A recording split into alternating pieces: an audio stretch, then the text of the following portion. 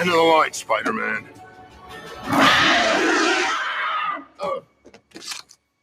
I want him dead too, Flint. That's why I've been looking for you. Oh yeah, I know all about you. Like the fact that Spider-Man won't let you help your poor daughter.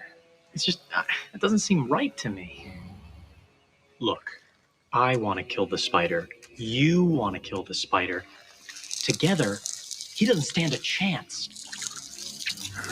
Interested? Yeah.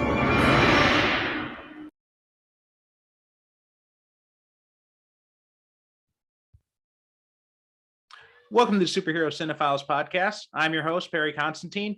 And last year we had Bernie Gersmeyer, who was one of my old teacher on the show to talk about All-Star Superman. And the reason I decided to have him on the show was because he posted on Facebook about being on another show called Digging for Kryptonite. And after he told me about that, I started listening to the show and I became kind of addicted to it. And the host of that, I reached out to him and got him to come on this show, and that's Anthony Desiato. Anthony, how you doing today? I'm doing well. Thank you so much for having me. I'm really excited. Thanks for coming on. I love listening to your show. I've just been listening to you're doing the Donner series right now, and that's been really cool to listen to. One of the cool things about your show is I'm listening to you, and most of the time I'm like, yeah, that's right. I agree. And then you get to talking about Snyder, and I'm just like, what? I think that's the beautiful thing about it for me as the host is that we don't always agree. The guest and I don't always agree. The audience and I don't always agree, but I like to think, and for the most part, the interactions I've had with people online support this, that, we're all still coming at it from a place of love of the character and respect for each other. And that's been my experience, and it's been great. And I mean, to be honest, I appreciate it when someone has a different perspective, because it might change the way I look at something. There are things that I've come to enjoy more because of what someone else has brought to it. So it's all good. We don't always have to agree. And especially with a character like Superman, who's been around for over 80 years, so many different interpretations. They're not all going to work for everybody. And we always bring so much of our, personal history and experiences to these things, and that informs the way we take them in and the opinions that we form about them. So it's all good. Like, it's so fun to have these conversations. You've actually gotten me to take a look back at some other stuff. Hearing you talk about Smallville all the time, which I loved in the first few seasons, and then I kind of started hate watching after a certain point. But listening to your show, it's made me go back and revisit, especially those early seasons. I'm not sure what I'm going to do once we get to the point when Rosenbaum leaves, but those early seasons were great. And also I revisited, in fact, the episode that's coming out before this one, we revisited Man of Steel, and I was able to enjoy it a lot more, even though I still found it very, very frustrating. Although some other stuff, like I'd always said on this show, most of the movies that we've covered on this show, almost 100 episodes in, are movies that I find a lot of things I like about them. One of the exceptions being Steel. So that was one where we just could not find a whole lot in there. I can't even say I came around on the Steel movie, because I don't think I ever had that much of an opinion on it, other than I watched it as a kid and kind of wrote it off. But when we covered it on Digging for Kryptonite last year, I gotta tell you, man, I had so much fun with that movie. Would I hold it up as one of the all-time greats? No, but I do think it's better than it gets credit for. I had fun watching it, for whatever that's worth. I will say that we had a lot of fun covering it. Like, that was a fun episode to do. And I think that's probably the beauty of a movie like Steel, is that you can have fun talking about it more than anything else. And that's kind of a nice little segue into what we're talking about today. Because when I asked you to be on the show, you didn't pick a Superman movie. You picked a Spider-Man movie. And just serendipitously, this has been the string of episodes where guests are choosing movies that Perry is not very big on. So we got Iron Man 3 we did a few episodes ago. Then we did Man of Steel last episode. We're doing Spider-Man 3 today. The next episode is going to be the Justice League of America pilot. So it's just like all these all right in the countdown to the big 100, we're doing Endgame. It's all these movies that I don't really care a whole lot about. Well, I appreciate you being such a good sport and covering things, even if you don't have that much affection for it. Well, it's been interesting. Like I came around on certain parts of Iron Man 3 and Man of Steel. So I think it'll be interesting to hear where the conversation goes about Spider-Man 3, because this is a movie that this is the weird thing about Spider-Man 3 is that there are aspects of this movie I like, but the aspects of the movie I like are things that almost everybody else universally despises. And then other things that people like about this movie are things that I don't really like. Oh, very interesting. Yeah, I'm excited to dive into it with you. And it's funny, you're right. I did not pick a Superman movie. I mean, I cover Superman all the time, so I figure this is a fun opportunity to do something a little different. And my heart is always with Superman and with the DC universe generally, but I love Spider-Man, and Spider-Man's my favorite Marvel character and one of my favorite comic book characters in general. So, I really welcome the opportunity to talk Spider-Man. And as far as this movie, I had been thinking about Spider-Man 3 a bit recently. I think with all of the excitement for No Way Home and all of that business, it sort of got me thinking about the Sam Raimi, Tobey Maguire movies again in a way that I hadn't been in for a while. And with 3 in particular, I just started to wonder if it had been misjudged. And maybe that's informed in part by what I'm doing on the Superman show, right? I'm going back to all these things and finding things that maybe I didn't appreciate the first time. And so I was sort of thinking about it. And, of course, I've seen all the Bully Maguire memes and everything that are out there. And I just started to wonder, like, did we write this movie off unfairly? And I rewatched it, of course, in advance of this, and I got to tell you, I think we did misjudge it. I had a major turnaround on this movie, and I apologize, I didn't give you a heads up about this, but I watched a different version of the movie. I watched the editor's cut. Oh, I was reading about this last night after I saw the movie again. I had always wanted to watch it. It was always on my radar, and I never got around to it. I've watched the theatrical cut multiple times. So I'm very familiar with it. And the editor's cut is not vastly different. This is not a Justice League theatrical versus Zack Snyder's Justice League. It's not that. It's not vastly different. It's actually a couple minutes shorter, and they reorder some scenes. Okay. And there are other minor differences, but it solved, and we can get into this as we move forward, but it solved 2 of the major issues that I had with the movie. So I definitely look at it as an improvement. And for anyone who's even remotely open to going back to this movie in any form, I really do recommend the editor's cut. It is really amazing how just these small little edits can completely change your opinion on a movie. I mean, of course, you have the more drastically different versions, like you mentioned, Snyder's Justice League versus the Justice League, or my go-to has always been the Ben Affleck Daredevil, where the theatrical cut is really kind of a mess, but the director's cut is actually, for the most part, pretty solid. Yes. And of course, but they also added like 30 minutes of extra footage in that. But even those small changes, like just reordering the scenes, or, I mean, you look at something like the despecialized editions of the Star Wars trilogy, and which, going back and rewatching that and comparing it to like the special edition of especially New Hope, I think, you really kind of see how just those small little changes in A New Hope made it to be a better movie. But yeah, before we get into the movie, because I heard you talk about on your show a few times how you're a Spider-Man fan. So one of the things I like to ask people, especially when they're new guests, is how did you end up getting into this character, into Spider-Man? So it was the 1-2 punch, I think, of comics and film. So the comics came first for me, and my entry point is one that I hold near and dear to me, but it's not a very revered piece of Spider-Man history, but it's the 90s Clone Saga. Oh, yeah. That's what got me into the character. And it was just, I had been a comic book fan and reader. I was buying the Superman books, and I think I picked up a Spider-Man issue, and that was kind of it. And it was, as I recall, it was towards the end. It was the very end of the Clone Saga. For anyone not familiar, this ran for 2 years across 4 monthly Spider-Man book. So it was a significant number of issues all told. And I jumped in at the end, but was very intrigued by it. And I was just the right age. I mean, it was mid 90s. So I was, 8 or 9, it was Mhm. perfect for me. And so I actually went back through back issues and I picked up the entire Clone Saga and that was it. And I read ever since. I mean, although it's crazy to say this because I realized recently I haven't read regularly since One More Day, Mhm. which in my mind is like a few years ago. It is weird when you think about that and realize how much time has come past. I'm Hundreds doing of issues of Amazing Spider-Man have yeah. passed.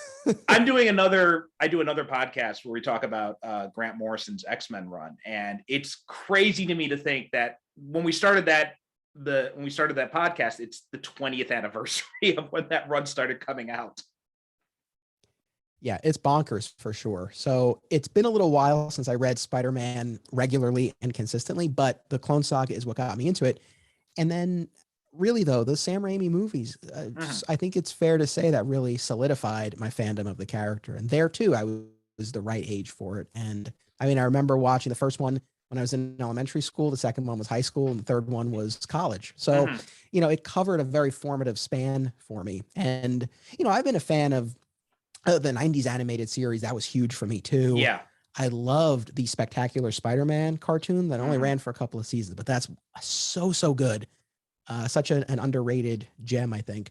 So again, there are sort of a few tent poles within my Spider-Man fandom, but the Clone Saga and the Raimi movies and that 90s animated series on Fox, I think those were definitely the ones that really made me a Spider-Man fan.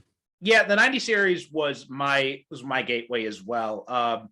It's funny you talk about the Clone Saga because I've got not with the Clone Saga, but I got a similar experience because I started out in comics as an X-Men fan, and I also came in an ignoble period in a lot of fans' minds, which was the mid 90s, which a lot of people write that era off as like the worst of the X-Men, and it's like the most continuity dense, self-referential, navel gazing part of the history, and there's a lot of truth to that, but I still that's what got me hooked when I was a kid at the time. So it's hard to judge it too harshly in retrospect because of that. Although I did, because now they have these massive collections of the Clone Saga. I'm not sure if you've seen these. It's like 4 or 5 volume set, and I had bought the whole set on Comixology about a year or two ago on one of their big sales they were having, and all in one, when you read it all in one,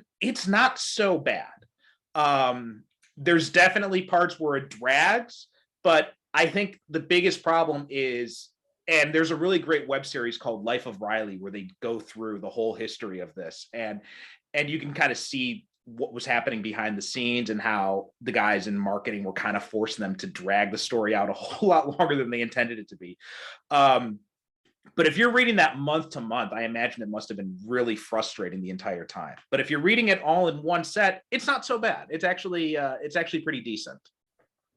That's sort of the conclusion that I came to as well with the Clone Saga, where I benefited from coming in at the end and knowing that, spoiler alert, Peter Parker is the one true Spider-Man by the end of that story. But I can imagine if you're reading that month to month and you're being jerked around as to whether Peter or Ben is the real person versus the clone, and not knowing when this is going to end or how it's going to shake out, and you constantly feel like you're having the rug pulled out from under you. And yes, to your point, this was never meant to be a 2-year saga, and that's what it ended up being.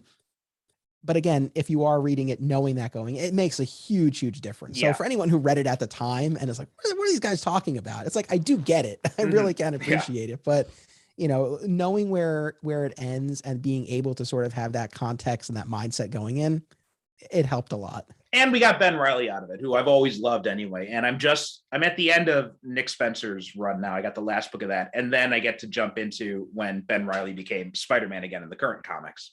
So I'm looking forward to seeing, I know it was only a temporary thing, but I'm looking forward to seeing him as Spider-Man again. Because I loved when they brought him.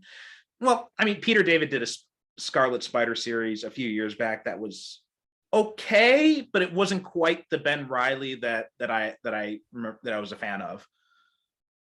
I hear you. I'll be honest, even though I have a lot of affection for Ben Reilly, I never read that Peter David series. And like I said, as far as Spider-Man generally, I've been out of the loop for a while on a lot of the current comics. As much as I do follow, like I know the broad strokes of what's happened in the book over the years, but yeah, I haven't read in a long time. But the fact that Ben Reilly is back is definitely good reason to try to catch up. It's good, yeah. The first trade of him it's on sale at Comixology right now. I just bought it last night because I noticed that. But so yeah, Spider-Man 3. This is a movie that had, everybody was anticipating this movie because Spider-Man 2 at the time was like the pinnacle of superhero movies. I think the only real competitor you had for it at that time was X2. And me being an X-Men fan, I think I probably vacillate between which one I like more. But and then Spider-Man 3, this, just like the X-Men trilogy, just like a lot of superhero trilogies, or a lot of trilogies in general, this suffered from the trilogy curse, where first one's really good, the second one's amazing, pun intended, and then the third one kind of crashes and burns. I remember going to see Spider-Man 3. Like I said, I was in college. I think it was towards the end of my junior year, if I'm remembering correctly. No, wait, this is 2007, right? Yeah, no, I think might have been 2006, 2000. I know it was before I came to Japan. I know that. And I came to Japan in 2008. I want to say it was 7. Anyway, so I'm in college and I remember going to see it on opening night, the midnight release. And I remember sitting there in the theater in White Plains, New York, with my buddy from the comic shop. And I remember just that sinking feeling as I was watching it, because like you said, I mean, the first one was really solid. I enjoyed it a lot. The second one, I've not rewatched Spider-Man 2 in a little while, but based on what I remember of it, I would still hold it up there as one of my favorite all-time comic book movies. So expectations were high going into the third one. And I remember the sinking feeling as I was watching it, and it was not living up to what I wanted it to be or what I thought it would be. And I remember people groaning at emo Peter dancing down the street. I remember people in the theater laughing every time Peter cried. When Harry dies, when Mary Jane breaks up with him and he cries, and the audience is laughing. And were there moments where I might have been part of that myself? Probably. But I just remember it was such a disheartening feeling to love the character and to love this version of it and this franchise so much. And to just see that reaction, because it's just like, ooh, this was clearly not what they wanted to elicit. Right. So, I came away from that, and in most of these years since, up until right now, whenever I've talked about it, it's always been in kind of a dismissive way. And I've shared in a lot of the criticisms that people have had about it. And it always kind of made me sad that the series ended on that note. So going into this rewatch, that was kind of my mindset. And I think a lot of people had kind of turned around on it in years past because of the Amazing Spider-Man series, because a lot of people, which also now people have turned around on the Amazing Spider-Man series. So it's interesting how time does that to these things. But rewatching it, I had a lot of the same opinions. I think probably went through a lot of the same things that you went through and other people went through. Is at the time, I'm just like, it's really disappointing. And I tried to like it so much, but there are just, one of the big things is just there's way too much stuff going on in this movie. I mean, you've got Sandman, you've got Venom, you've got Harry as the new Goblin or whatever he's calling himself, and it's just you're trying to cram in all of that, and Peter going through with the alien costume, and then the whole MJ Gwen Stacy love triangle, and it's just there's way too much story in one movie, and the stories, those different elements do not connect very well. I mostly still agree with that, even though I have a lot more affection for the movie now. I can't dispute that generally, although it's funny, as I was watching it, I was thinking exactly that. I'm like, man, this is a busy movie. But part of me was like, you know what? I kind of appreciate it. There's not a dull moment. There's always something going on. So I kind of was okay with that, but your point is well taken. I will say the criticism that remains for me is that it would have been great, and hindsight's 2020 in all fairness, but it would have been great, especially since we had 2 prior movies, if some of these characters and elements had been introduced or even teased. Like in the prior movie, if we had a quick scene of Dr. Connors introducing Peter to his lab partner, Gwen Stacy. So at least now we know she's in this world. The symbiote, I mean, is the biggest example, where the prior movie had John Jameson, the astronaut. If there had been any even just a throwaway line like, "Oh, Jameson brought this thing back from the moon," there's your, there's your in, as opposed to, this meteor conveniently landing silently right next to Peter. Yeah, that's what everyone thought going into this movie, because we had John Jameson in the last movie. They talked about him playing football on the moon, so obviously he's going to be bringing back the symbiote with him. And it's just, I don't know why you don't go with that. It's just such an I don't know, me as a writer, that's such an obvious link to make. I don't know why you wouldn't do it. You don't even have to bring back John Jameson at all. I know. And look, and we know, Sam Raimi has talked about this famously, right? He didn't want to include Venom, but Avi Arad really pushed him to do that. And rather than jettison Sandman and the rest that he was planning, he just decided to do it all. And the conventional wisdom is that the movie suffered for it. Maybe that's part of why we got Venom the way we did, and the symbiote in particular, the way it landed like that. It was just sort of like, all right, you want it? Here it is. Yeah. But yeah, especially when they had literally just throwing it into the movie.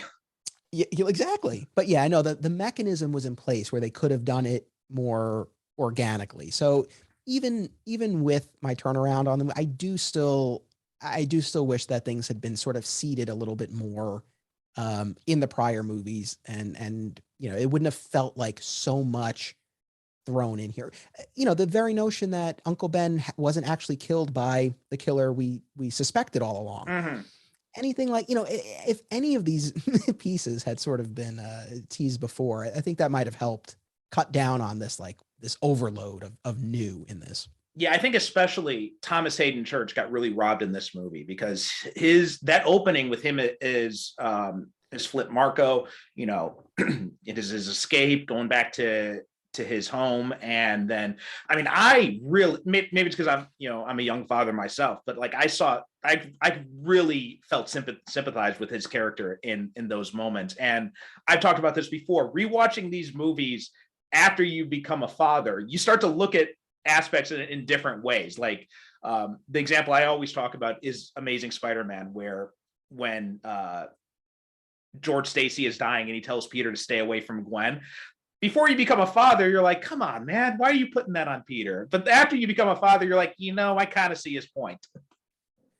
As you know, I mean, I talk about this all the time on Digging for Kryptonite. It's like being a dad, as a fellow young father myself. It's like, it really has shifted my perspective on so much. And especially in the Superman realm, where we deal with Jor-El and Jonathan, and now Clark himself as a father.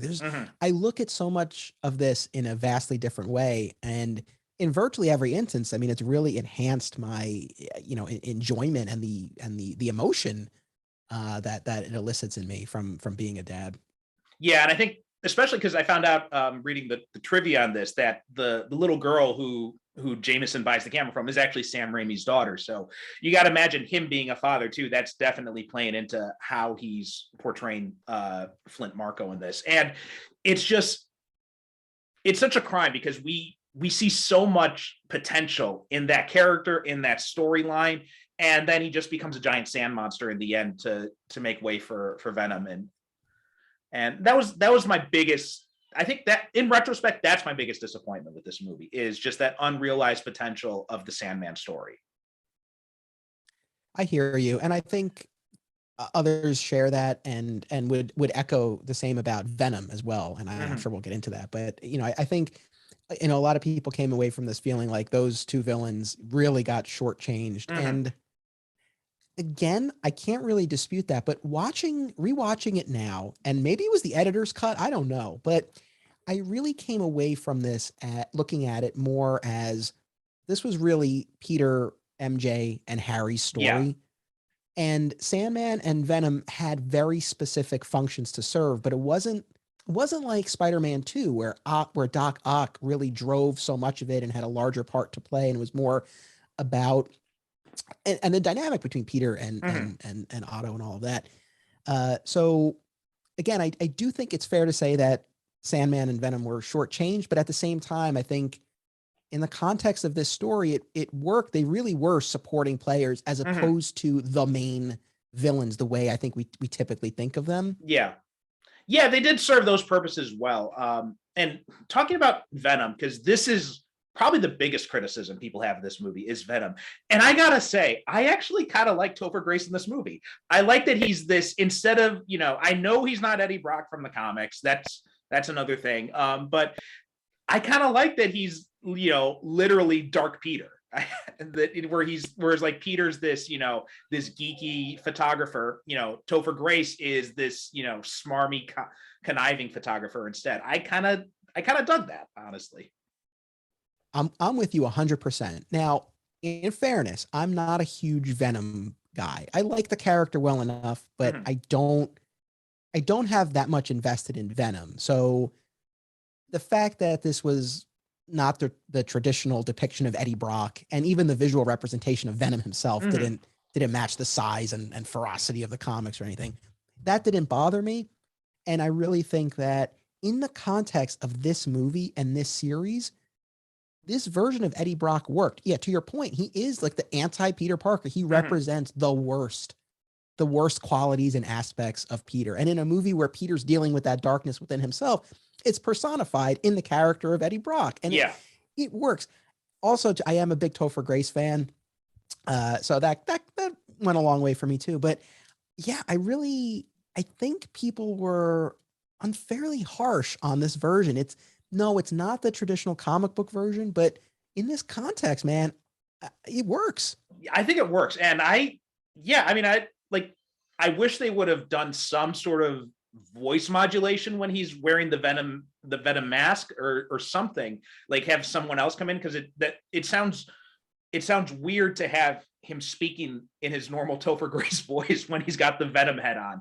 But other than that, I thought he did a really good job. And I kind of dug the design of Venom. Like, it was much more of I know people now associate Venom with the long tongue and, but you go back to his early appearance when Todd McFarlane first started drawing him, there was no tongue at all. It was just, it was very similar to what they did in this movie. So I kind of dug the design, although the nails were a little bit weird. It looked kind of like he's wearing bugles on his fingers. But other than that, I like the design. I like that they brought in the black Spider-Man, the white spider symbol on his chest. I like that they did that for Venom.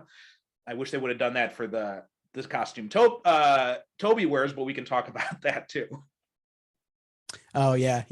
No, that's a fair point as opposed to the all black. But yeah, again, I get why people were put off by this interpretation of Venom.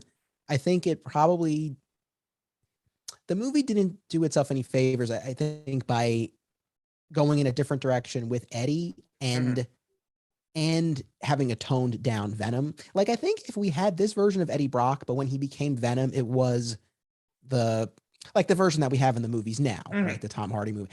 Maybe that would have appeased people a little bit more, but I think it was probably that combination of Eddie Brock didn't line up with expectations.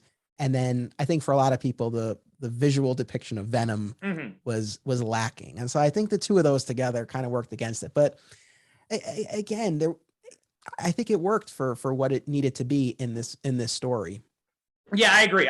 I'm totally fine with Venom, although one of the things too about this movie, and you can't put this movie down too much for it, because that was, early 2000s. Some of the CGI work is kind of janky in retrospect. And that was the best they had at the time. So I understand that. Although Sandman still looks great. I'll say that.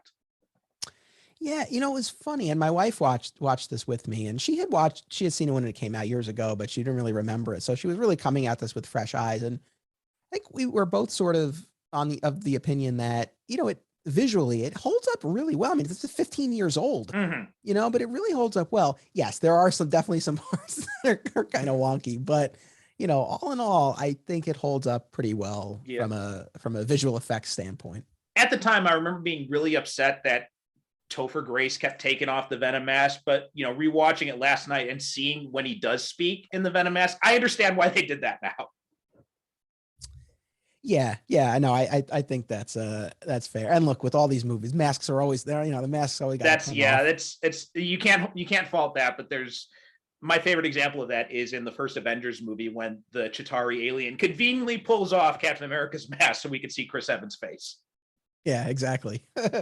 Uh, but and one of the things I thought really holds up well, though, is even though him as a person, he's a monster, but James Franco's performance, I think he's just having so much fun playing the bad guy in this. Look, when the waitress asks him how the pie is, I love that scene. Yeah. so good. It's so good. I want to say this because I know I had alluded to this before, and I don't want to forget because it's sort of the big point about the editor's cut and what made such a big difference for me taking in this movie as a whole. The editor's cut, most notably, reorders the portion of the movie after Peter has the black suit. Mhm. So basically, like the whole portion of the movie dealing with Peter's bad behavior. So enacting his revenge on Eddie Brock and Harry and Mary Jane, all of that. It reorders some of those scenes a little bit, and maybe it adds a couple of little pieces. But the takeaway was that it became a lot clearer to me in the editor's cut that Peter was repeatedly taking the black costume off Mhm. and then making the conscious active choice to choose to put it back on when he was going through a tough time. Mhm. So this whole like Venom as a drug metaphor, and I know that's what they were going for, and I think that's there in the theatrical cut, but in the editor's cut, it was just clearer to me. I felt like they reinforced that a lot better. And I feel like there were more, unless I'm totally imagining this, but I feel like there were at least one or two additional moments of him going to that closet and taking it out. And it just, like I said, it was just a lot clearer that he was taking it off and then putting it back on when he was having a tough time because he was longing for that power that it brought him. So it just worked so much better for me. I think you're right. Having not having seen it, I'm only going on speculation, but I only really remember one or two moments in the theatrical cut when they clearly make a point of showing that he's taken out of the closet again. So I think you're right. I think that the editor's cut did add in a few extra moments, or maybe recycled some moments, or whatever it was.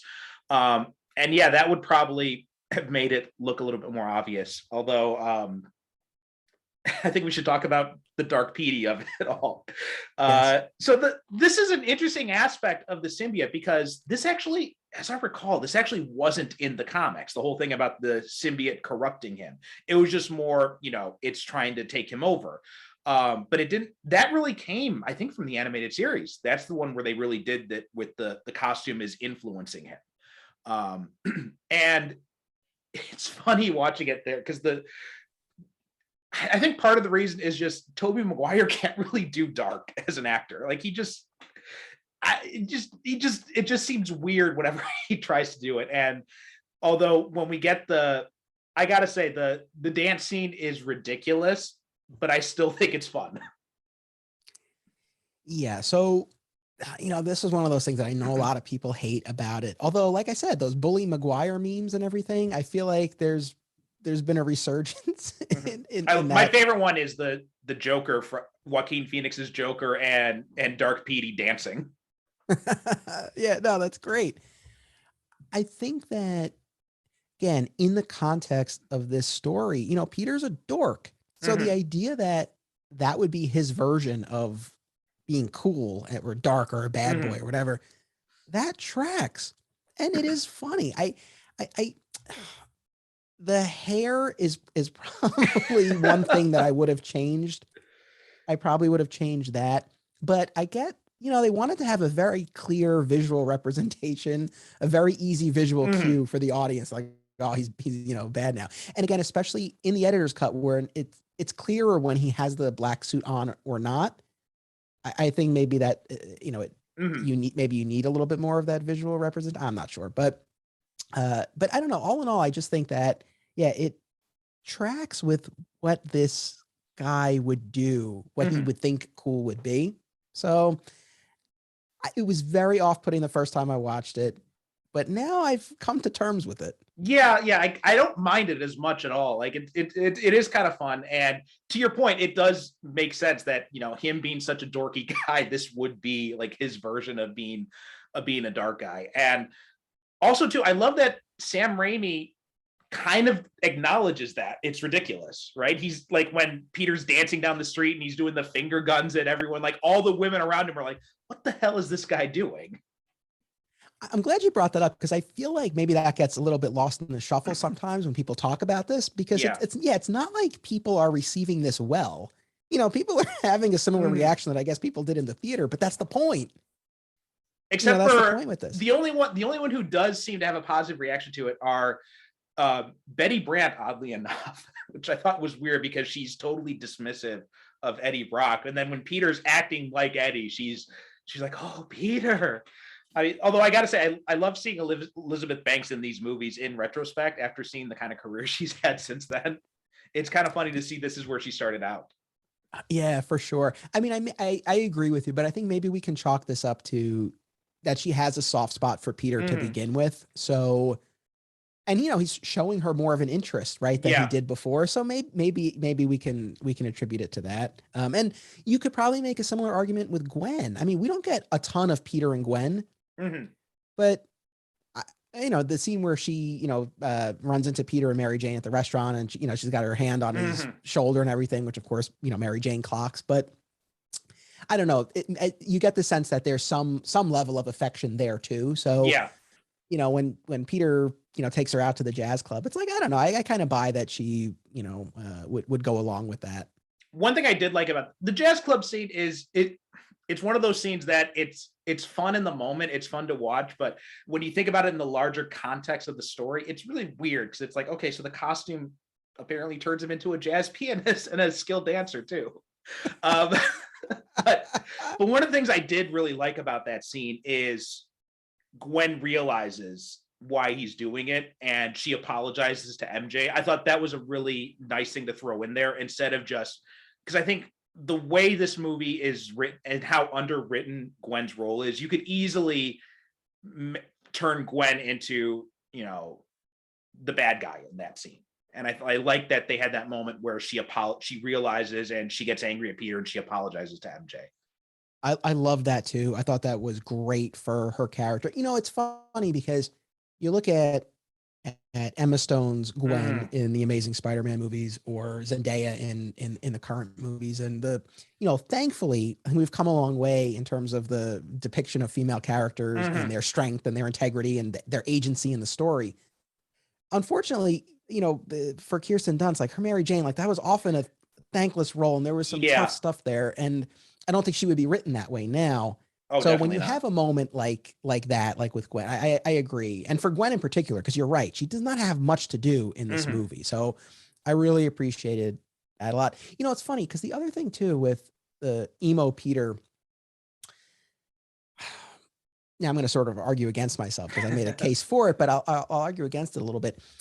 The moments where Peter is shoving Eddie Brock up against the photo in the Daily Bugle, and when he attacks Harry and calls him Little Goblin Jr., those are some dark moments for the character. And I feel like playing, emo Peter on the street for such laughs maybe undermined it a little bit, might have undercut what the effect might have been in terms of charting Peter's descent and the darkness that's coming out. So, in fairness, that's one instance where the editor's cut, maybe they could have, taken that trimmed down a little bit more. Yeah. I will say that. No, yeah, I think that's a really good point. And it kind of feels like Raimi was trying to do two things at once. It feels like at one point, he was trying to take the alien symbiote story seriously when he's got those moments of Peter being really dark, like that when he throws the goblin, the pumpkin bomb back at Harry. That's a dark moment. That's a pretty chilling moment in that. And I thought Toby played it really well in that scene. Or also when he shoves Brock against the photo, but at the same time, it feels like he's also trying to parody the idea of this storyline in those other scenes. So it's this weird mix that, like a lot of things in this movie, that those two things don't quite fit together. Yes, and I do think that's fair. But what I love about this Dark Peter storyline overall, and especially those scenes with Eddie and Harry, it's that it's not like the black suit is making Peter commit crimes or something like so wildly out of character. This is a guy who traditionally is kind of, walked all over. Mhm. And now he's standing up for himself. And the thing is, he's not wrong. Like Yeah. Eddie Brock, faked this photo. Mhm. Harry tried to kill him, manipulated Mary Jane, has done all this stuff. And so, when Peter fights back, like it's more vicious Mhm. than you would typically expect for him. And clearly, he's giving into that side of himself. But at the end of the day, it is justified. Yeah. So I think that just it makes it interesting because it's like he is giving into the wrath. He's still ultimately right, but I guess the way he's going about it and the way he's allowing himself to give into that, shows you that he's on this this darker path. But it's interesting, like, and Mhm. there is something on a visceral level. There's something very satisfying, even though our character, our hero, is not acting the way he quote unquote should. Mhm. There's something really satisfying when he tells Eddie to get religion, or when Oh, he yeah. calls Harry Goblin Jr. Even the beginning of the scene with Harry, when Peter's lying on the couch and he gets up, he's like, I'm going to enjoy this. Like, Mhm. there's something very fulfilling about that. Yeah, I mean, you can't, because when you think about it, especially from Peter's perspective, because this entire time he's been trying to be patient with Harry. He's like, look, I really did not kill your father. I'm telling you the truth. And Harry's just having none of it. He's not, and so finally, even without the black suit, I can understand him finally getting to a point where it's like, you know what, I'm sick of this shit. Yeah. So that's the other major improvement with the editor's cut. So as we all remember, in the theatrical version of the movie, Harry's big change of heart comes when the butler, The Bernard, magic all butler. of a sudden decides to share this crucial information that He's kept secret for years. Yeah. Yeah, that Norman did in fact die by his own hand, by his own goblin glider. It wasn't Spider-Man. Mhm. And that's what sends Harry off to help. In the editor's cut, that's gone, baby. And in its place, Harry just looks at the shattered photo of Harry, Peter, and MJ. And that's his change of heart. It works so much better. Because I was thinking about this. In the theatrical cut, I guess the takeaway is that Harry really didn't believe Mhm. Peter, right? Yeah. And so when he gets this confirmation from Bernard, that's enough for him. But in the editor's cut, I mean, I think you can still read it that way, and that probably still tracks. But I kind of more prefer the idea that, because it's like, how unreasonable or irrational is Harry? Like, I feel like, is it the case that he literally doesn't believe what Peter is saying, or is it that he just still ultimately believes Peter is responsible? Not that he literally stabbed Norman, but Mhm. that he's responsible. And in a sense, he's not wrong. Like they did, Norman did die in battle with him. So if it's not that he like doesn't literally believe Peter, it's more just that he holds Peter responsible. But looking at the photo reminds him of this deep friendship that they Mhm. have. I don't know. I think that's more interesting than if he's just like, no, I don't believe you. Oh, my butler told me you were right. Mhm. Okay. No, absolutely. That is, it's an imperfect solution, but it's definitely a preferable solution to the Magic Butler scene. Although I was reading the trivia that one of the intentions that I guess they didn't is that they were going to reveal that actually Bernard was another hallucination, like how he's always hallucinating, Norman. It's that Bernard was kind of like his good side, which is I like what they did in the editor's cut better. I think that works a lot better than having the butler come in any form. Yeah, I think I would have definitely preferred that, because the butler scene at the time I hated it. Last night I still hated it, and it just does not work. So having that photo there instead would definitely have improved that scene 100-fold. And it just plays way more into this theme of forgiveness, Mhm. right? Because in that moment, that's what Harry is able to do. And he, that's the thing. Like it played really nicely, right? Where Peter shows up and he's like, she needs us. Mhm. Right. And then he has the moment with the photo, and it's like, it's so much more compelling than this exposition from Bernard. Mhm. that, Yeah. again, I mean, I think the problem with that is it's so clunky, and it really just defies logic, because everyone has the same question, like, why Mhm. would you not say something sooner? Yeah. And another thing too is I'm watching this. I'm thinking that the amnesia portion is kind of a weird addition in this movie. It doesn't really feel that necessary. I think it actually would have played a lot better if Harry's faking the amnesia, or if maybe we don't even have the opening goblin scene and he just and we start off with this reconciliation with Peter, and then as it builds up to him and show him, you know, a little bit more manipulative, I think would have played a lot better in context of what we've seen in this character over the previous two movies as well. You know, that's interesting.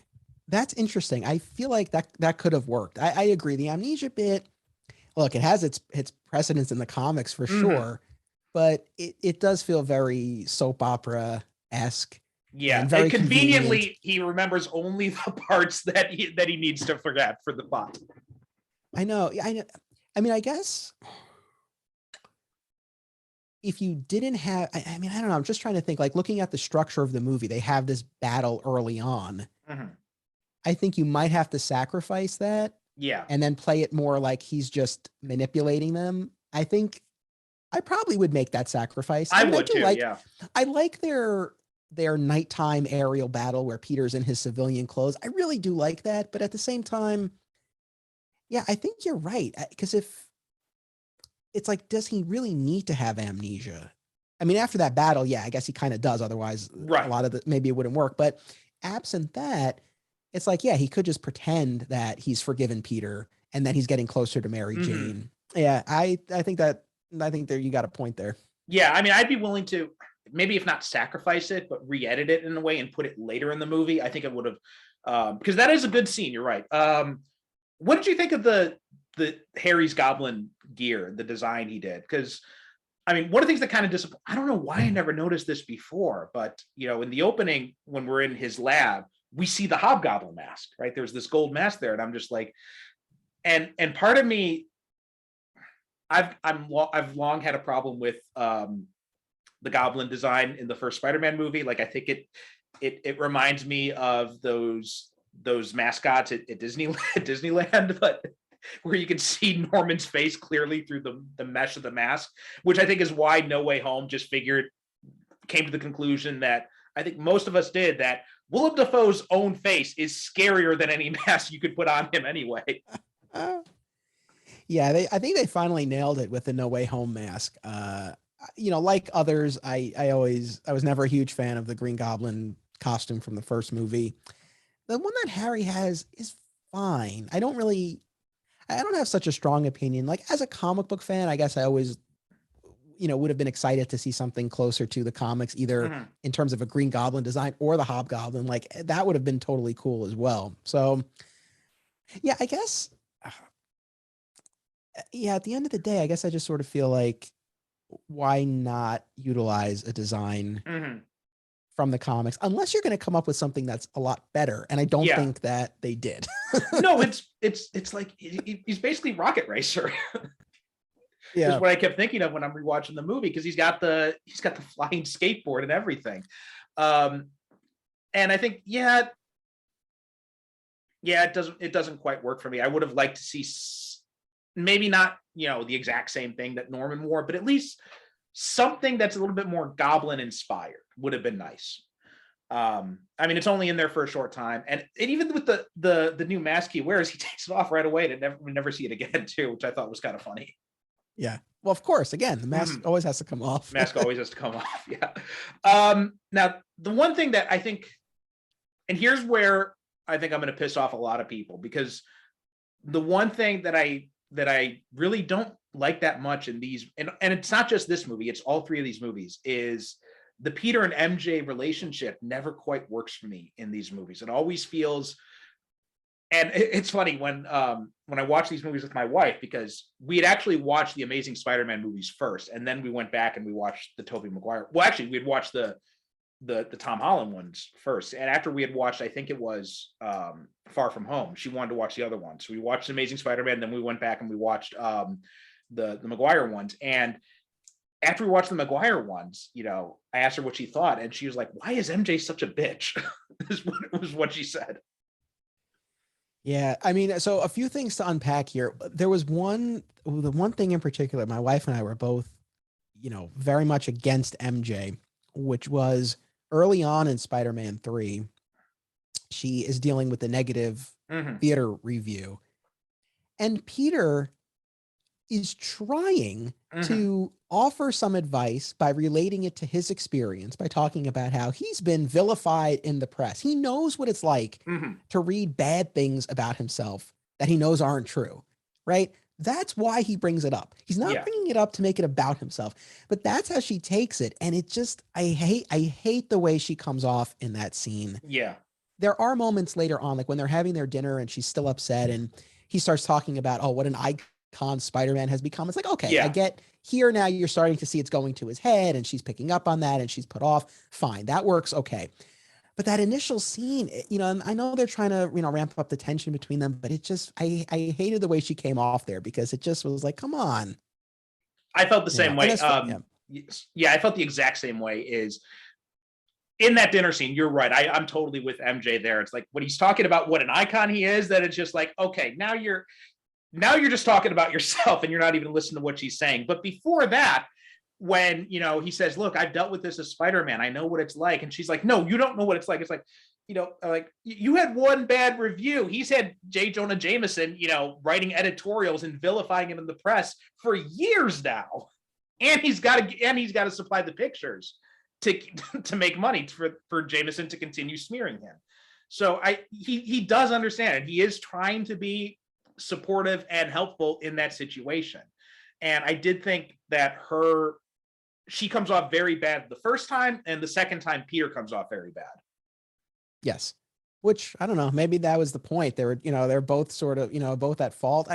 But as far as, Mary Jane generally and their relationship, I mean, I could see why, you would, maybe not be so invested in this incarnation of them as a couple. Especially, yeah, it's like when you look at the Peter and Gwen of the Amazing Spider-Man series and the chemistry they have as actors, but also the way they're written, there's just, it's much more dynamic. And again, Gwen is written, I think, in a much stronger way than MJ. It's so funny though, going back to Smallville, the Peter and MJ of the Raimi movies, really, I see a lot of similarities to Clark and Lana on Smallville, where, there's this, the girl next door and, really sweet and beautiful. And, there are these feelings there, but you don't always know that there's so much more behind it, really. Also, there's the damsel aspect where I swear, like, Lana probably has to have brain damage after all the time she's gotten hit on the head in those early seasons. Yeah, and look, in these movies, literally all three movies, yeah, the bad guy kidnaps Mary Jane.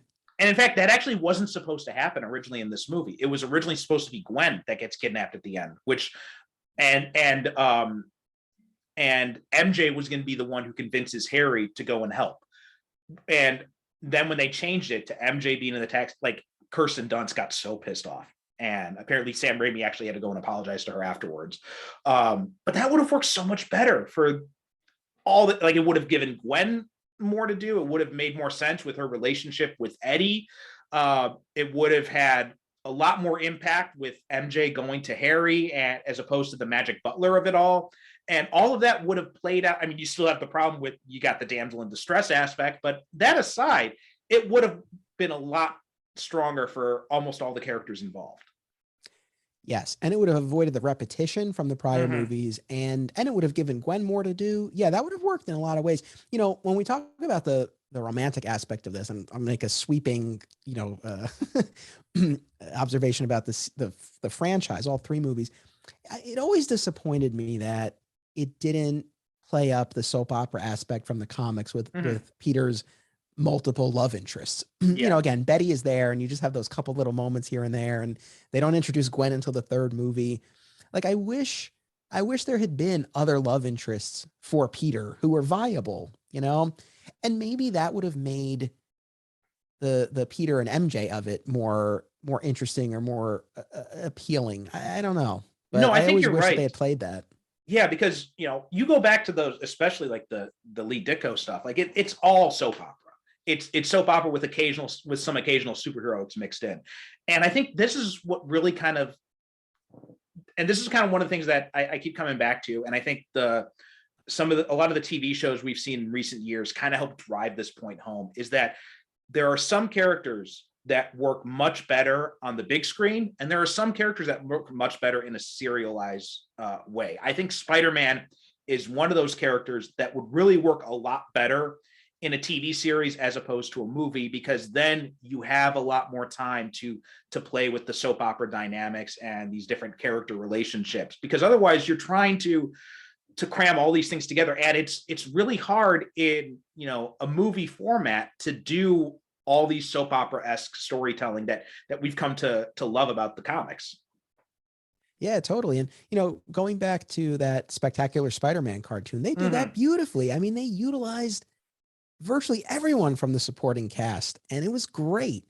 I just to jump back for a second, when you're talking about the original plan for MJ going to Harry, there's MJ has a line in the trailer that unless I'm totally blanking, I don't think is in the movie, where she says we've all done terrible things to each other, but we have to forgive each other. Was that originally meant to be something she says to Harry? Maybe. I'm trying to, because it sounds very familiar, and I could have It's sworn it definitely was in the trailer. Okay, I could have sworn it was in the theatrical cut, because it sounds very, very fresh. It's not like something I'm half remembering, but I can't recall exactly. But yeah, that would have worked so good in a scene where she convinces Harry to go back. Yeah. Again, I can't remember if it was in the actual. It was definitely in the trailer, but no, it is interesting to know what the original plan was. Speaking of which, and I know we mentioned Zack Snyder's Justice League. Are you aware there's this movement on Twitter to release the Raimi cut of Spider-Man 3? No, but oh god, how many of these are we going to go through?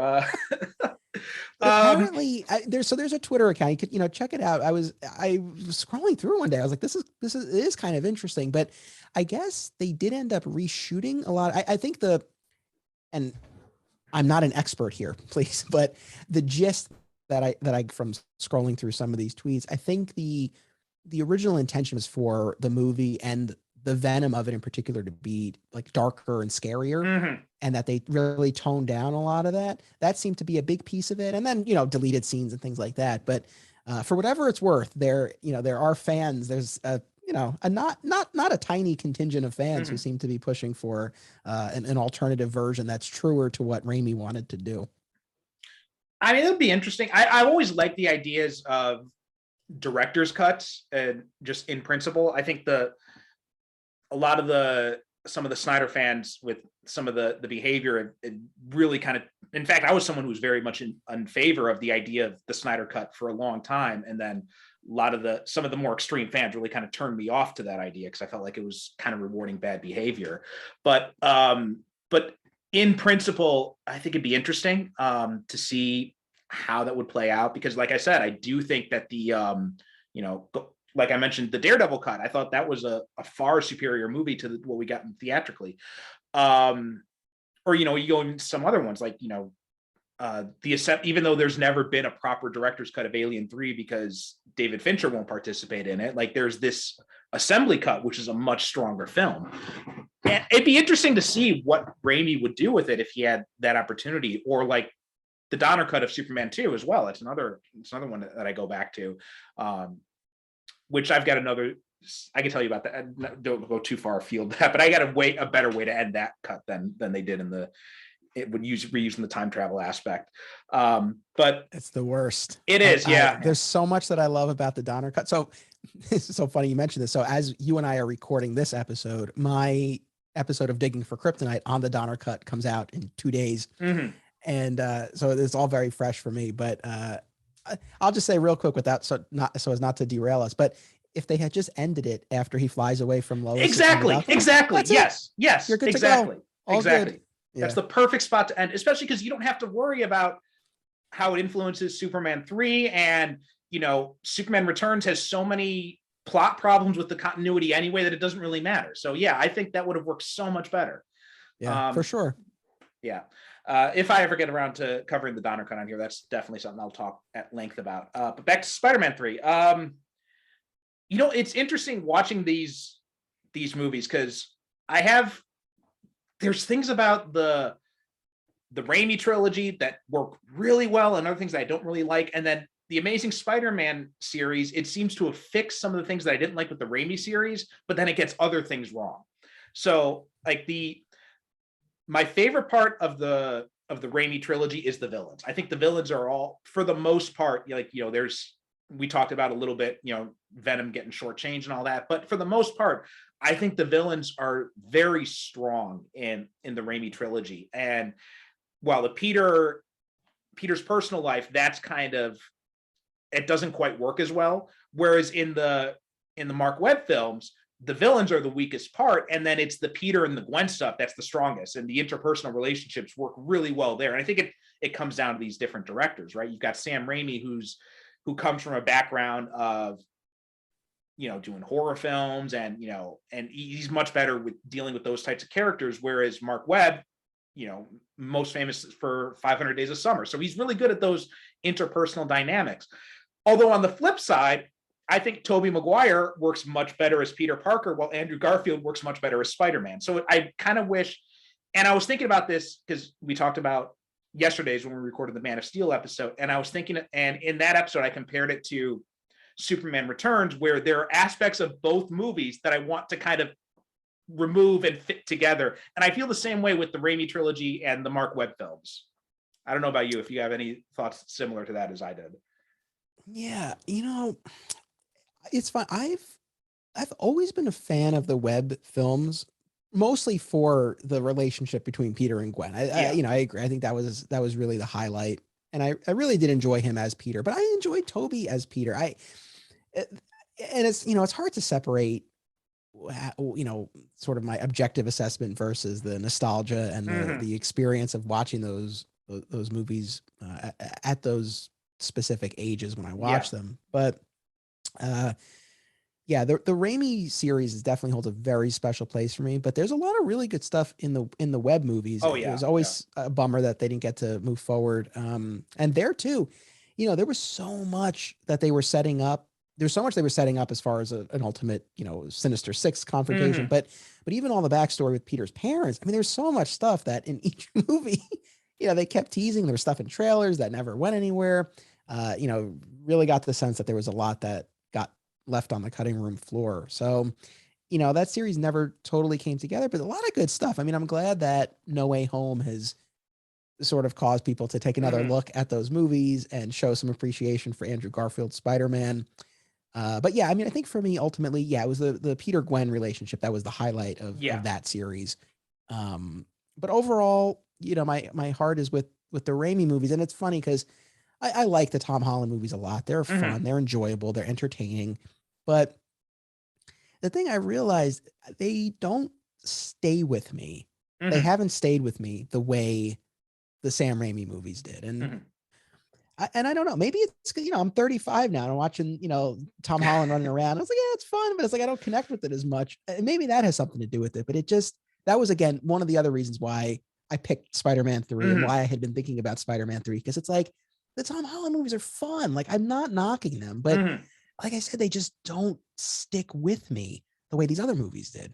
I think maybe you're on something with that nostalgia factor, because I like the first Spider-Man movie I saw. That was the end of my senior year in college.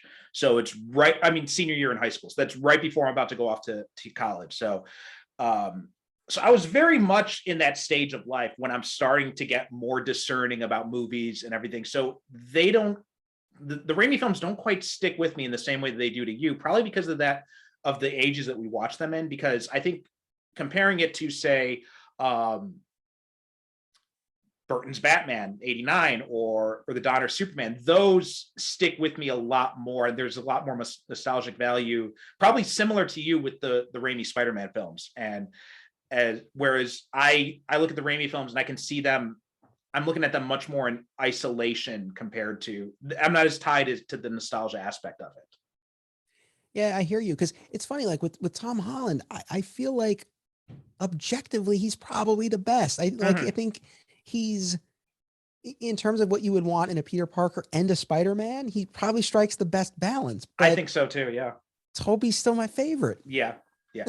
I mean, I get that. I see that, and taking it back to, I see that with Keaton's Batman or Donner's Superman. Whereas I think Christian Bale or Ben Affleck are much better representations of the character, even though, some of the scripts that Affleck got, I got problems with, but I think in terms of the way they embody the character is much better than, much closer to what I think of as the quintessential Batman as opposed to Keaton. But Keaton's got that nostalgic value for me, and that's why he ultimately I end up going back to him.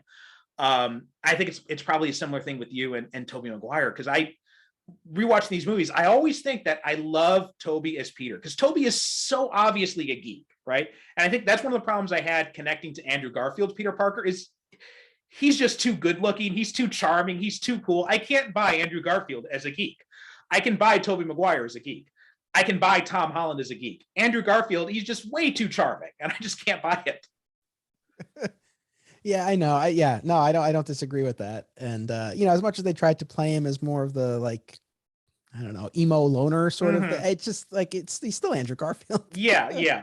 I mean, but what I think that Andrew Garfield excelled in was the being Spider-Man and being like quippy and, with the motor mouth aspect. I thought he did that arguably maybe even better than Tom Holland did. I thought he did that really well. Whereas Tobey, every time he tries to crack a joke as Spider-Man, and I think part of it is also Sam Raimi's got a very corny sense of humor, so I don't think it's really working in there as well. But every time he tries to make a joke as Peter, I'm just like, as Spider-Man, I'm just like, really? Come on. Yeah, no, in fairness, that was definitely an area the movie did not excel. And when you look at the web movies, it's like, yeah, it definitely taps into that quippy side and in a genuinely funny way. Yeah, that was, I agree with you. I would put Andrew Garfield Spider-Man at the top of the list when it comes to that, for sure. Yeah, I think so too. The black costume in this movie, like I said, I think I was so, because I love that black costume design. In fact, I got a Spider-Man. I got a little statue of him right here. Oh, nice. But I love that black costume design, and just seeing what they did with it here was just so disappointing, because it's just the regular suit without any color, and I was really kind of disappointed with that. How about you? What do you feel about that? Yeah, same. It just felt like a missed opportunity, right? And I think it would have. Oh, very nice. Yeah, I mean, what do I want to say? Generally speaking, I don't think that I, am so rigid, right? Like, oh, it was this way in the comics, it has to be this way in the movies. It's not that, but yeah. I do think when you have an opportunity, especially when something works really well, I think it's such a great visual, and the animated series did it great, utilizing that design as well. It sort of seems like a missed opportunity to not tap into it. And I also think just making the suit black, like, it's not different enough. It's not interesting enough. Like, I feel like there was that step that was missing there. So yeah, no, I too wish that they had gone with the white. Especially because they went with it when Topher becomes Venom. So I thought it was really odd. It was an odd choice that they didn't use it when Peter's using the suit too. So I don't know if there was just doesn't seem like maybe they ran out of money, because I know they spent a lot of money on just the Sandman effects of it all, just on that as well.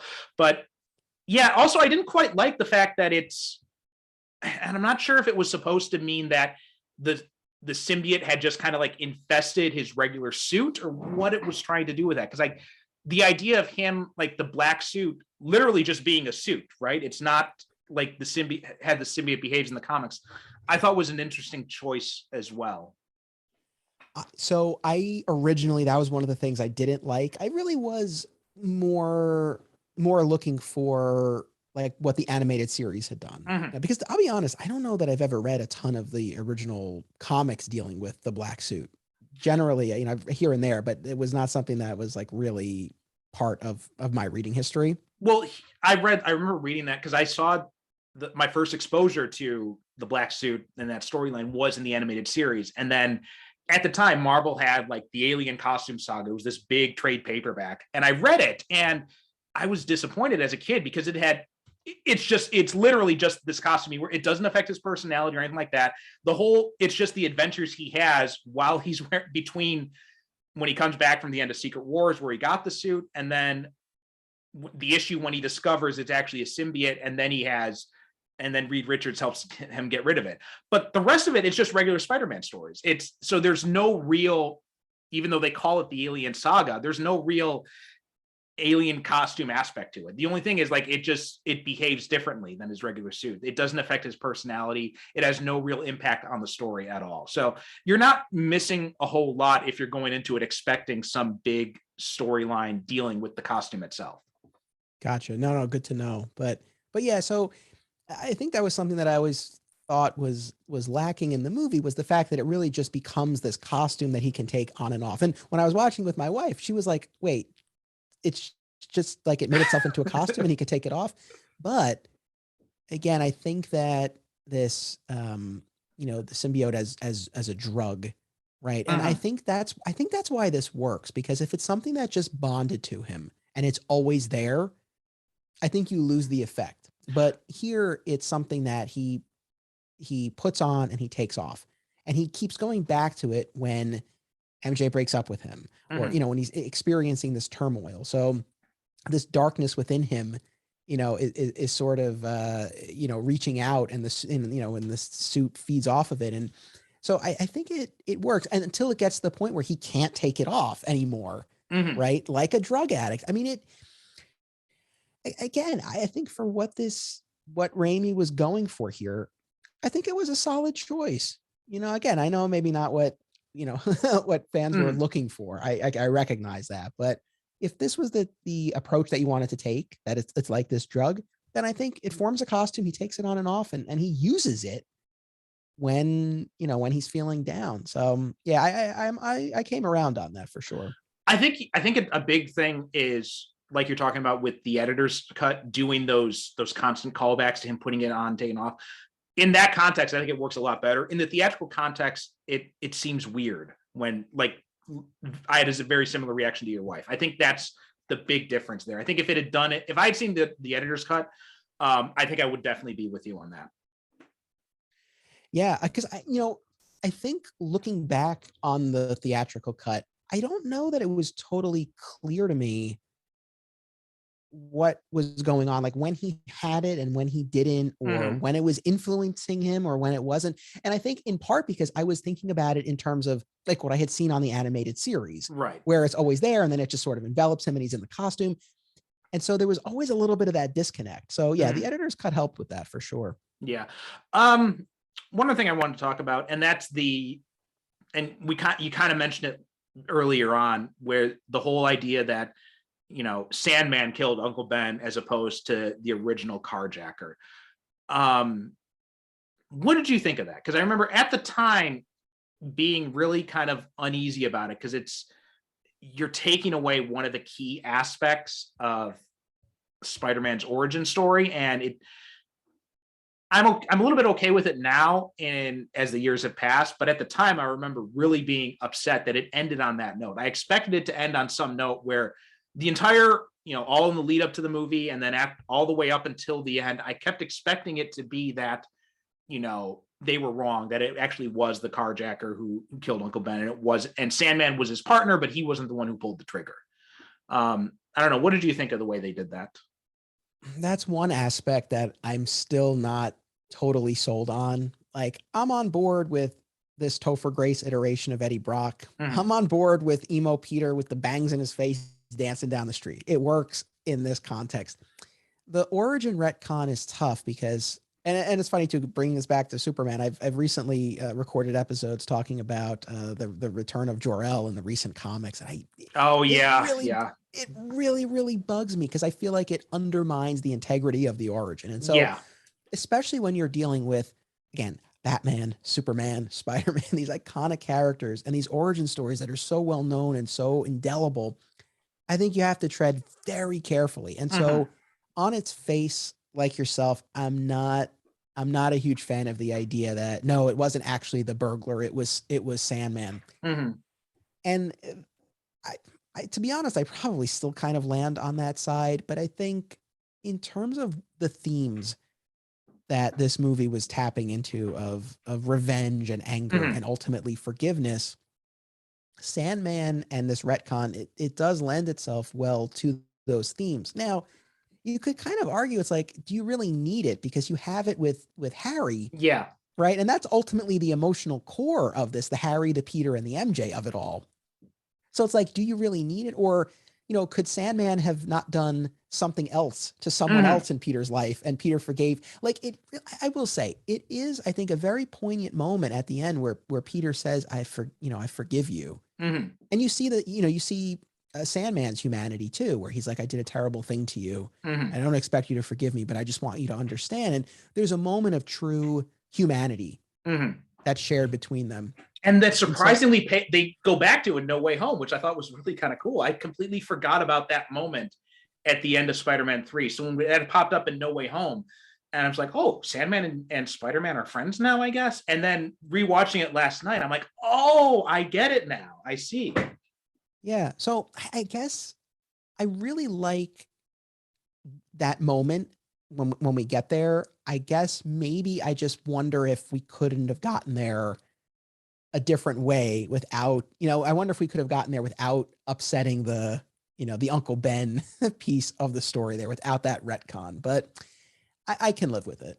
Yeah, I feel the same way. I think it's because when you're playing with that origin, I always get nervous every time a comic story or a movie says we're going back to the origin, because almost always it's a bad idea. I can think of very few times when it actually has worked out and made the origin story stronger. Most times it's just kind of like you really just wanted something to kind of draw attention to the story, because like you said, the Jor-El thing, I kept thinking that when I was reading that in the comics, I'm like, oh, it's going to be some sort of multiversal shenanigans or something. It's going to be Jor-El from an alternate timeline. And then when it wasn't, and that just, that still doesn't sit well with me, even as much as I love the Rebirth stuff. And the same thing here, or like in another more recent comic story, having this idea of Tony Stark actually being adopted or whatever, and not being the actual child of Howard Stark, and there being another Arno Stark being like the real biological child of Howard. And like I had real problems with that as well. And it doesn't, I feel like it's not, unless you're doing something like Winter Soldier, where you're really adding something new to the character, this doesn't really add anything new to it. It just feels like you're trying to find a way to make it more personal to the hero, as opposed to telling something that enhances the origin story.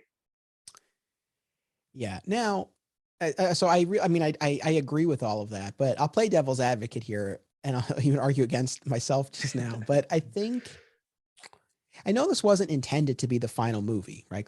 They were ready to go on Spider-Man 4. Oh yeah, I mean, changed I was reading that apparently Raimi had like ideas up to Spider-Man 6.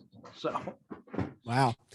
So again, I know this wasn't meant to be the end, but it was at least the end of this initial trilogy. Mhm. And so there is something I think fitting about bringing it full circle and going back to the origin. And I do think, it gave Aunt May at least a little something to do. Yeah. In those scenes with Peter. I mean, going back to what you were saying about having something else Sandman does, I was almost thinking as you were saying that, and I think now that you just said that about Aunt May, it really kind of drove that point home for me. I think if you would had him do something to Aunt May, like, he steals her car or something, or he, when he's, on his escape, he takes her hostage, and the trauma of it gives her a heart attack or something like that, I think would have given Peter that same emotional need for revenge to go after Sandman without mucking with the origin. And it would have given May more to do too. Yeah, that's true. No, fair point. But I guess what I was going to say is that, like, in a sense, I do get, it's this whole idea of Peter being susceptible to the black suit. And in the theatrical cut, when he's on the bed as the suit's crawling up, are we seeing his flashbacks to Uncle Ben? Is that in there? Yes, I think so. Okay. Yeah. Okay. Because I wasn't sure if that was, I was watching the editor's cut. I'm like, is that new, or did they add more of that? But in any event, it's clearly showing us that all of the, the fear and the guilt and these feelings of revenge over Uncle Ben, it's like, it's calling to the suit. Yeah. Right. And it's leaving him vulnerable and open and susceptible to the influence of the suit. And so I don't think you're wrong. I mean, I think had it been Aunt May, you would probably still get the same effect, but there is something very, you know, very compelling, right, about it being Uncle Ben. Mhm. And it's like that, maybe that's the one, the one piece of his history, the one person in his life who like would leave him, like there's so much wrapped up in Uncle Ben's death for him Right. that this is like reopening it is twisting him up so much that Mhm. it's leaving him vulnerable to this different kind of attack. So again, I do get the choices that were made. That's one where I'm still not totally sold, but like I said, I've come to terms with it. Yeah, I mean, it's like you said, it's been 15 years now, so people can let it go. So, but yeah, in summation, I think this is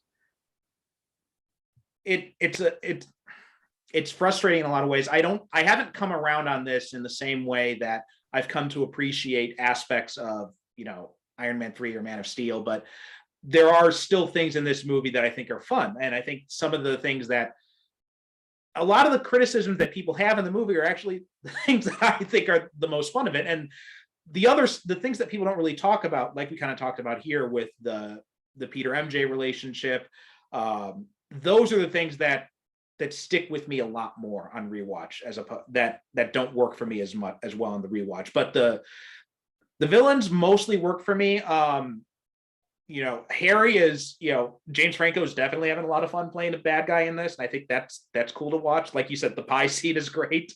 And again, I make no apology. I love Topher Grace here as Venom. I would have liked this to have been the first of a 2-part movie, and which was actually something that the screenwriter was thinking about. Because he felt like there's too much in this one movie and he wanted to split it up, but he couldn't really quite figure out an appropriate climax for this part because of that. But I think it would have worked so much better if you get Topher Grace as his own movie, give him his own movie to be the villain in a Spider-Man 4. I think would have worked so much better, and I think would have given people a much better impression of his character. Totally. And I don't think anyone would dispute this. To introduce the black suit and take Peter on a journey in the black suit and do Venom in one movie is as well as doing the payoff for Harry's storyline and throwing in Sandman too. It's like I said, there's too much story. It does remind me of Dark Phoenix, because Dark Phoenix in both instances had the same problem, right? In X-Men 3 and in the Dark Phoenix movie, they're trying to combine these two big storylines into one, and then throw in other aspects to add on to it. Yeah, no, absolutely. And like going back to what I said before, so you can look at it two ways, right? Like this movie probably should have ended either right before the credits or a post-credit scene of Eddie Brock in the church becoming Venom, and like that's your cliffhanger, right? Alternatively, had they had a scene or two of Eddie Brock in the prior movie, or and again, I don't want to touch Spider-Man 2 because I love it so much, but just hypothetically speaking, like if the black suit had been introduced previously, like if we had some breathing room in either direction, I think that would have gone a long way. But all of it in one movie was totally a lot. At the end of the day, would I hold this up as my favorite of the series? No. But like I said, I really do think it works better than people have given it credit for. I think it works particularly well in the context of this version of the character in this film series. The emo Peter tracks with this version of the character. The black suit as a drug metaphor works well. And it's a different interpretation, but again, I think it works. And I will say, for anyone who's even open at all to going back to this movie, try the editor's cut. I rented it on Amazon. It was $4, and like I said, not a night and day difference, but it changes a couple of things in a way that really enhanced my enjoyment. So there's some value to be had here for people who like totally wrote this movie off. There's some good stuff there. Yeah, based on what you said, I think the editor's cut would have worked a lot better for me as well. I mean, just the big change of just having him constantly look back and forth and making it clear that he's taking it off and putting it back on again, and then, giving Harry a different reason to come out and save them. Those two aspects would have definitely made this a much better movie. It wouldn't have made it. It would still been flawed in a lot of ways, but I think it would have made it a better film. Definitely. Now you did say, would you hold up? Where do you think you would rank this on the spectrum of Spider-Man movies? Would you still put it at the bottom? Would you put something else at the bottom? Where do you think you would put this? Just within this series or all of? I don't know that I can do all this. Oh, okay. Oh. Because I within this series, I think it's pretty obvious. But if you were talking about all of them, where do you think you'd put this? That's tough. I wish I had a better answer for you here. I don't know, because it's hard to, as you know, I kind of look at them as the franchises overall, and I don't know. I don't really have a great answer.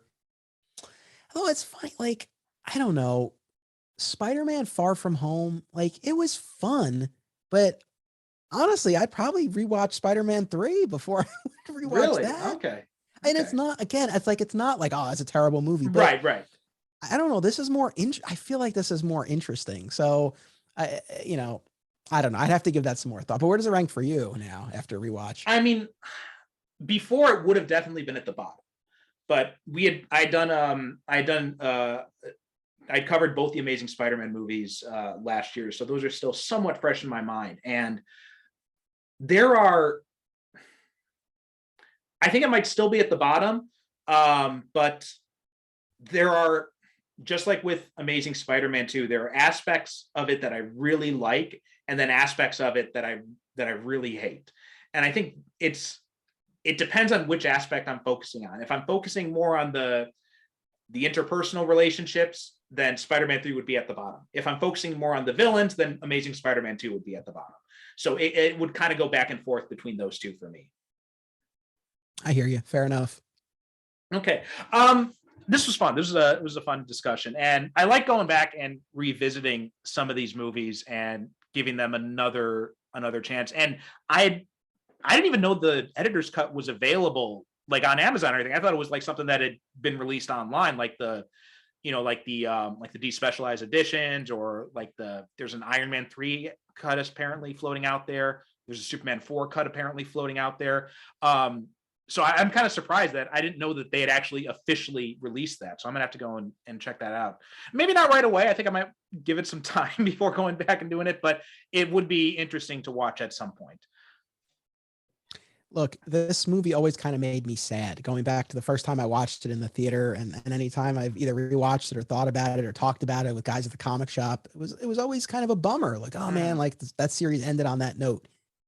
And like I said, in recent times, I've been curious about it, but I thank you for this opportunity, because it gave me the final push to rewatch it, and specifically to watch the editor's cut. And I don't want to oversell it, but it's a really great feeling to now have affection for a movie that previously was a bummer to me. So again, this was a great experience, a great rewatch project, a great discussion. I thank you so much. I really got a lot out of this, so I appreciate it.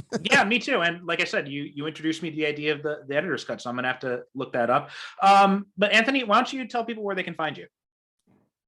Sure. So, we've been talking about the Superman podcast. It's called Digging for Kryptonite, a Superman fan journey, and it's on all major podcast platforms. So wherever you get your podcast, you can go ahead and check out some episodes and subscribe.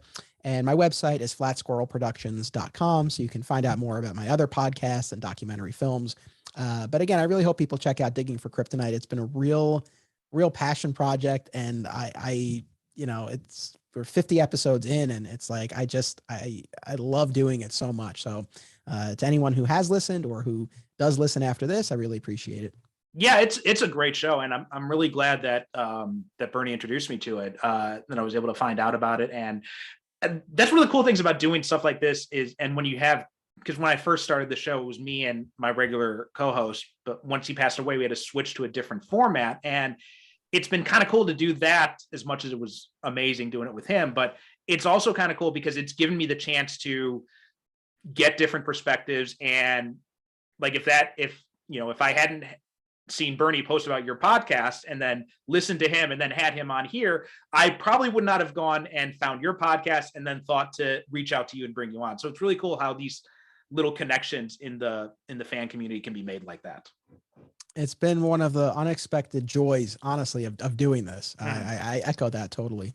Okay. But yeah, it's a great show. Definitely listen into it. And I'm looking forward to hearing the rest of the Donner series, because that's definitely very near and dear to me. And it's been I've really enjoyed the episodes you've done so far. And I'm really looking forward to the Superman 2 one, because I think I'm definitely going to have a lot in common with you guys based on just this conversation here. But thanks again, and more than welcome to come back on anytime you want to.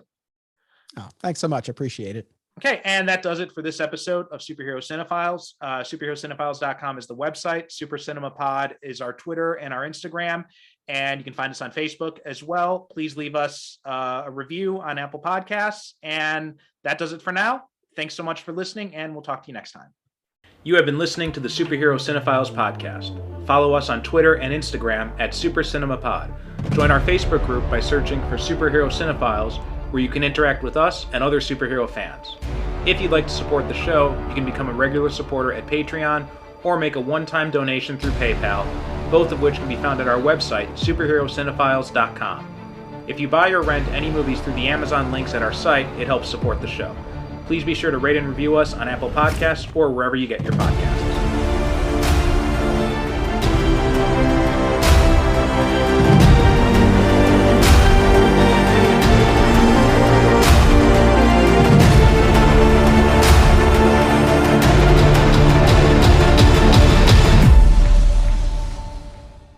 Thank you for listening. And as always, good night, good evening.